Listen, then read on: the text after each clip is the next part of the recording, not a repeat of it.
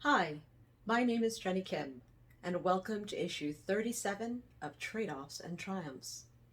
This week, we'll be hitting on great conversations and dear creative writing, approachable design, but vectors are still my nemesis, and experiments and closing thoughts. Serendipity struck again. Great conversations and dear creative writing happened via serendipity.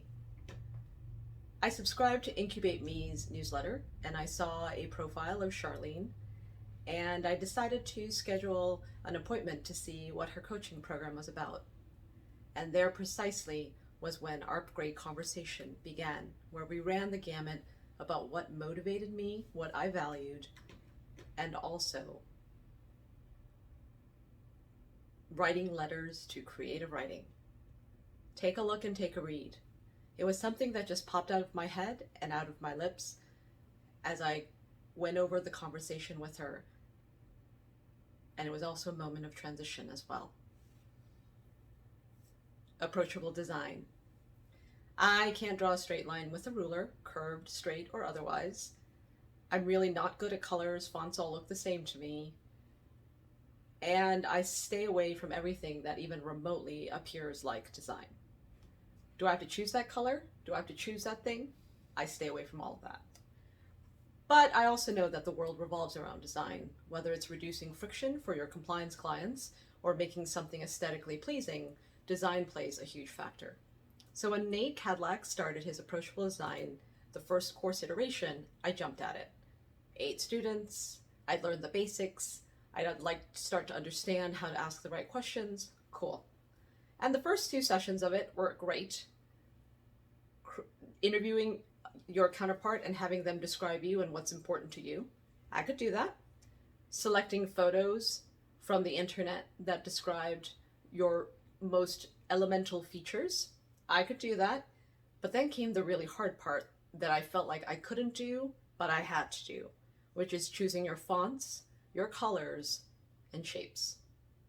Luckily, I had a separate one-on-one session with Nate, and Nate was able to pick the fonts, help pick the colors, and also help me understand how to draw shapes with the vectors and how to trace the shapes and to look for shapes in photography. And really, it's all about observing and looking. But I will tell you, vectors are still my nemesis, and I would highly recommend approachable design when Nate has his next cohort for it. It's easy, it's approachable, and it forces you to observe things in a new light, which we all need to do to get ourselves out of our comfort zone. But why just stop with design? Why just not keep on going and talk about niches and refining them? As Meiko Sakai would say, who is the lead instructor for this course, overnight success doesn't really happen. It's usually 10 years in the making. And so I also took her quiz about what type of entrepreneurial archetype I was, which I was kind of surprised. I was an acquired taste.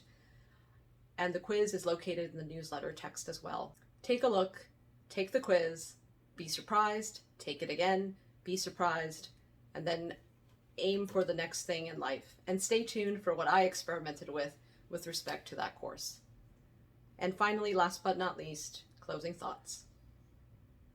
And a huge shout out to my morning season writing team, Dan Greenwald and Abhi Verma, without whom I would not have been able to find some of the stories that were holding me back and the stories that could propel me forward. And Dan, especially for encouraging all of us to constantly exercise our courage muscle and see what we are totally capable of instead of defaulting to safe.